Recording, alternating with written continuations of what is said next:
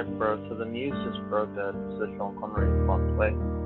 Yeah, So this is very sad news because he was one of our James Bonds who grew up with his films. So it he was is. a Yeah, phenomenal Scottish actor.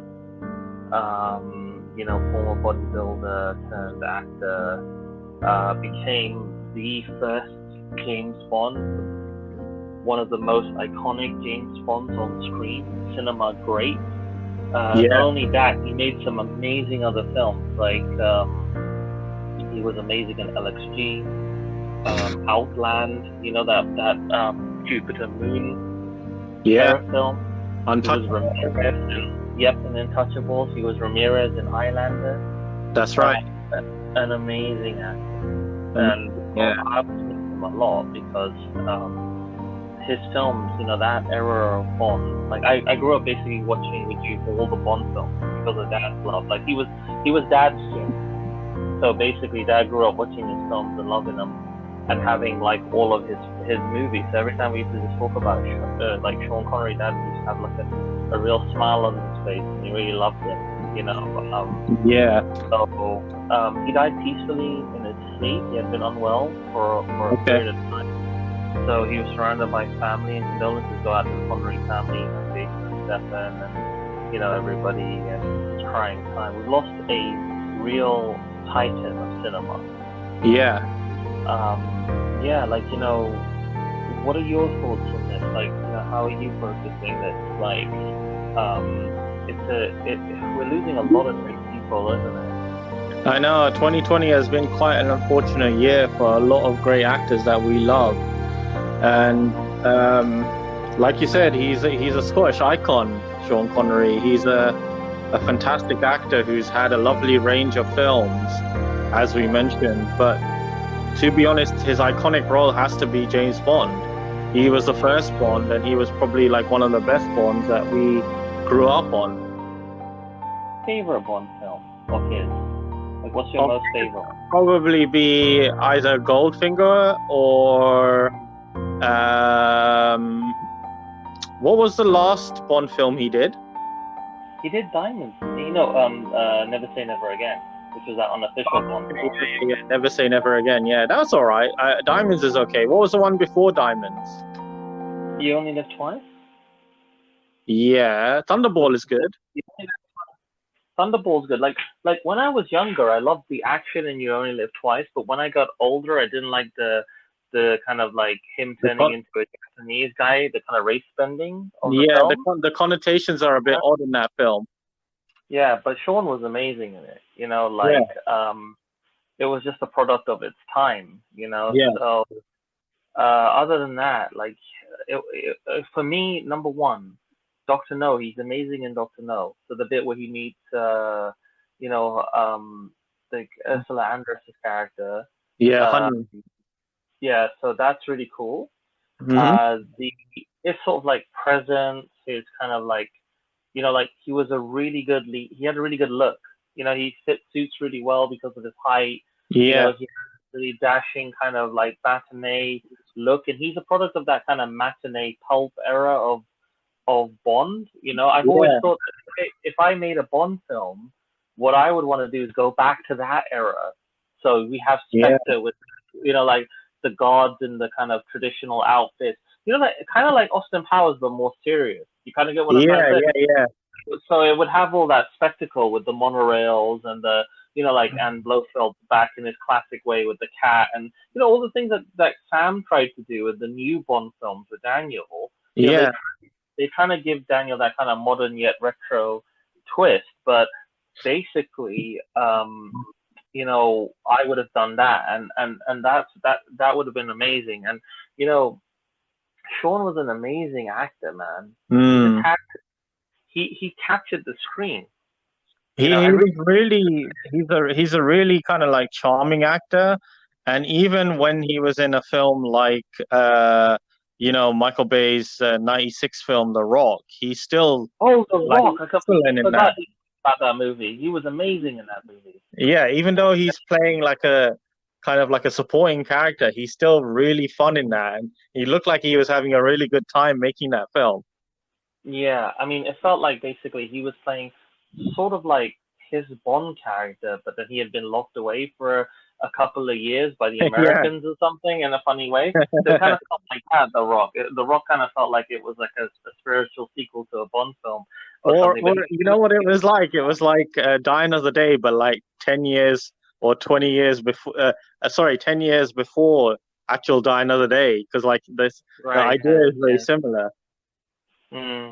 He was amazing. Like, I really loved like the fight he had. He actually didn't he fight like Rock's uncle in You Only Live Twice. Like Rock's uncle played some kind of heavy that he takes out in the office. You know, when he's That's right. raiding Yes, the yes, yeah. yeah, he's I infiltrating think it's like the that high guy's chief company.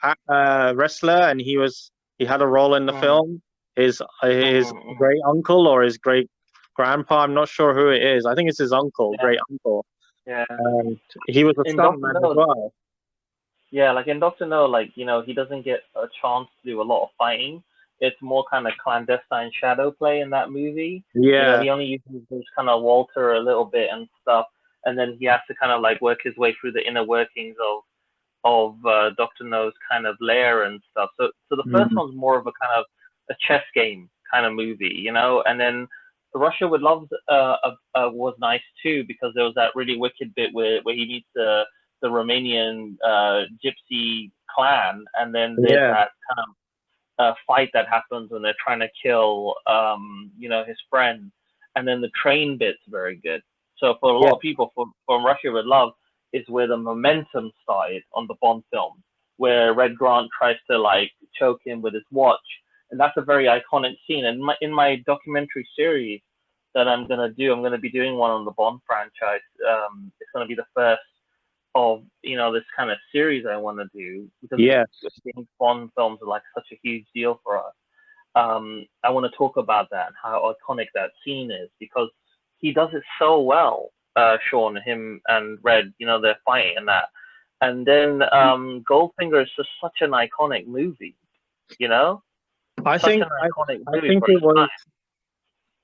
yeah, I think it was good that you saw Sean's progression and how he molded the character into his own as this kind of Mm, like mm, very dashing, very charismatic, tall, imposing character who was very like firm and strong, and he set confident. the tone. Yeah, yeah. Yeah, I mean, he kind of took things well. Like even in Thunderbolt, he gets shot in the leg. Like he gets grazed during the Junkanoo and stuff, and he yeah, basically is really smart. He gets cornered, but he uses the girl as a shield. So he's quite ruthless. He's quite a ruthless that's Bond right. when you think about That's it. right. Yeah, He's not afraid to basically like sacrifice people. But Sean played it so well. I mean, like he could play angry really well. He had like a command, like his voice so iconic. I mean, as a he was just an amazing actor, like a yeah, really amazing actor, and he'll sorely be missed. And I really, like for me, some of his standout, even like LXG when he played Alan Quatermain, he was amazing in that film. I know he had a lot of like he was kind of fed up with Stephen Norrington's kind of directing style, and apparently Stephen yeah. Norrington had trouble on set with him, and then he decided to kind of semi-retire from filmmaking. So that film wasn't the best experience for them. Yeah, I guess Sean was kind of finished with huge Hollywood films because he had kind of been there, done that. that's But it's true. still one of my favorite kind of like um, all right movies. I It's like call it. a It's the nice best. like a nice Sunday movie, isn't it? Yeah, I mean that's what it feels like, and yeah, and personally to me, the spectacle and the fighting in You Only Live Twice is amazing when all the ninjas come down and Mm, all of that. That stuff is so wicked, and the fights that he has, and like the bit where the guy gets eaten by the piranhas and all that kind of stuff. They are piranhas, right? That kind of eat him or something, because he says bon appetit in it, Bond, yeah, and yeah, also the bit's very cool when he kills the guy with the cigarette and stuff that's and he right. opens the bunker doors and stuff. So his kind of like also his sort of like back and forth with Blofeld is very good.